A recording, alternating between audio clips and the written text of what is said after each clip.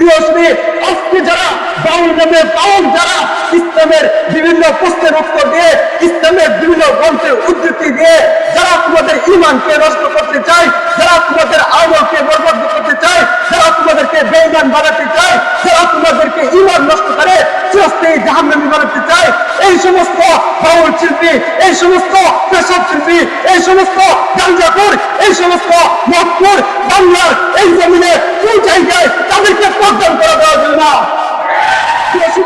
আমি বলবো, আমরা বলবো যে আমরা এতদিন কারো স্বাধীনতায় হস্তক্ষেপ করতে চাই না, কারণ আমরা জানি প্রত্যেক ধর্মের তার স্বাধীনতা রয়েছে, অর্থাৎ আমরা তাদের স্বাধীনতা নেই। অর্থাৎ তোমরাও এই বাংলার জমিনে বাউল গান করেছো, আমরা এতদিন কোনো প্রতিবাদ করি নাই, কিন্তু এখন আল্লাহ বইটা কুরআনের পুত্রে অবস্থান করে তোমরা বাংলার বিভিন্ন প্রান্তে বাউল গান নামে করে ঈমানকে নষ্ট করছো এবং তোমরা ঈমানকে নষ্ট করতে চাইছো। আমরা বলতে থাকবো এটা চলবে না, আমরা বলতে থাকবো কুরআনের বিকৃত করা যাবে না, আমরা বলতে থাকবো যে আল্লাহর বিকৃত করা যাবে না, আমরা বলতে থাকবো যদি তোমরা আল্লাহর বিরোধিতা করো, কুরআনের বিরোধিতা করো, তাহলে শুনে রাখো আল্লাহর কসম এই বাংলার জমিনে ৫৬,০০০ বর্গ কিলোমিটার মাটির ইঞ্চি প্রত্যেকটা মানুষ এমন ভাবে উৎপত্তি হবে বাংলার জমিনে তোমরা থাকতে পারবে না। এই জমিনের মধ্যে বাংলার এই জমিনে যেমন ভাবে ব্যাঙ্গের চাকার মতো ব্যাঙ্গের চাকাগুলো ভাবে বাড়ছে, এমন ভাবে বাংলার জমিনে বাউল নামে বাউল বাড়ছে। এই শাহজাহানের জমিনে, এই শরীফপুরের জমিনে বাউল নামে বাউল আর থাকতে পারবে না। আসসালামু আলাইকুম ওয়া রাহমাতুল্লাহি ওয়া বারাকাতুহু। نحمده ونصلي على رسوله الكريم. أما بعد فأعوذ بالله من الشيطان الرجيم. بسم الله الرحمن الرحيم.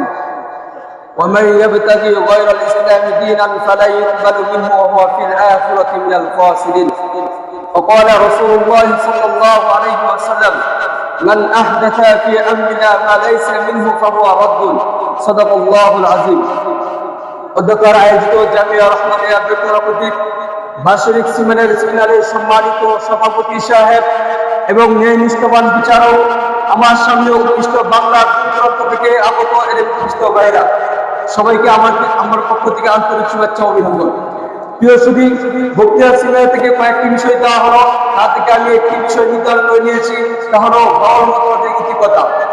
প্রিয় ভাই, আজকে সমাজে এমন অনেক মতবাদ, দর্শন, সংস্কৃতি ছড়িয়ে পড়েছে যেগুলো শুনতে অনেক মিষ্টি, কিন্তু ভিতরে ভিতরে ঈমান ধ্বংসকারী এর একটি মতবাদ হলো বাউল মতবাদ। প্রিয় সুধী, বাউল মতবাদের ইচ্ছাকৃত ইতিকথা। বাউল কোনো আসমানি ধর্ম নয়, কুরআন হাদিস থেকে আগত নয়, বরং ইতিহাসবিদদের মতে হিন্দু সহজিয়া তান্ত্রিক সাধনা করে কিছু সুফিবাদী শব্দ ও গানের পরিভাষায় এইসবের সংমিশ্রণ। বাংলার লোক সংস্কৃতিতে বাউল মতবাদের জন্ম।